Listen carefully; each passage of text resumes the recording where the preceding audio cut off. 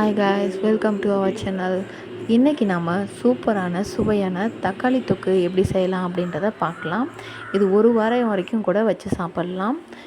First வானலியை வந்துட்டு சூடு பண்ணிவிட்டு 3-4 டேபிள் ஸ்பூன் எண்ணெய் விட்டுக்கோங்க. அதில் கடுகு, உளுத்தம்பருப்பு, கடலைப்பருப்பு இதெல்லாம் போட்டு பொரிஞ்சதும் பொடியாக நறுக்கின பூண்டு சேர்த்துக்கோங்க. ஒரு பெரிய வெங்காயம் வந்துட்டு சின்ன சின்னதாக கட் பண்ணி அதையும் சேர்த்து நல்லா பொன்னிறமாக வதங்குற வரைக்கும் நல்லா தாளிச்சிக்கணும்.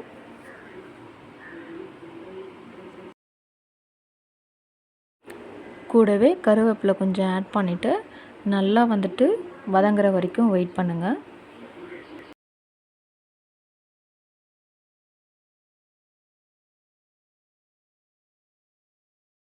வெங்காயம் நல்லா வதங்கினதுக்கப்புறம் மஞ்சள் தூள், மிளகாய் தூள், கரம் மசாலா, கறி மசால், கொஞ்சமாக மட்டன் மசாலா சேர்த்து நல்லா வதக்கிக்கோங்க.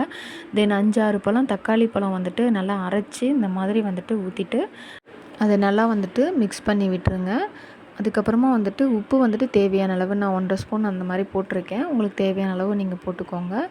நல்லா அதையும் நல்லா போட்டு விட்டுட்டு நல்லா மூடி வச்சுருங்க. இது கொதிக்கும் போது நல்லா மேலெல்லாம் சுற்றியெல்லாம் தெறிக்கும். ஸோ அதனால் லைட்டாக சிம்மில் வச்சுட்டு நல்லா வந்துட்டு கொதிக்க விடுங்க. இந்த மாதிரி வந்துட்டு அப்பப்போ எடுத்து கிளறி விட்டுட்டே இருக்கணும், இல்லைன்னா வந்துட்டு ரொம்ப அடிப்பிடிச்சிரும்.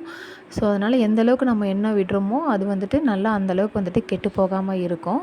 ஸோ நல்லா மூடி வச்சு இந்த மாதிரி எண்ணெய் பிரிகிற அளவுக்கு வந்துட்டு நம்ம கொதிக்க விடணும்.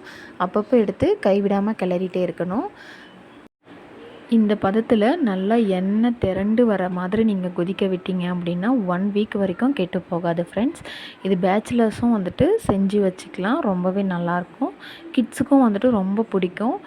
இந்த மாதிரி வந்துட்டு நீங்களும் உங்கள் கிட்ஸுக்கு வந்துட்டு செஞ்சு கொடுத்து பாருங்கள், கண்டிப்பாக அவங்க லைக் பண்ணுவாங்க.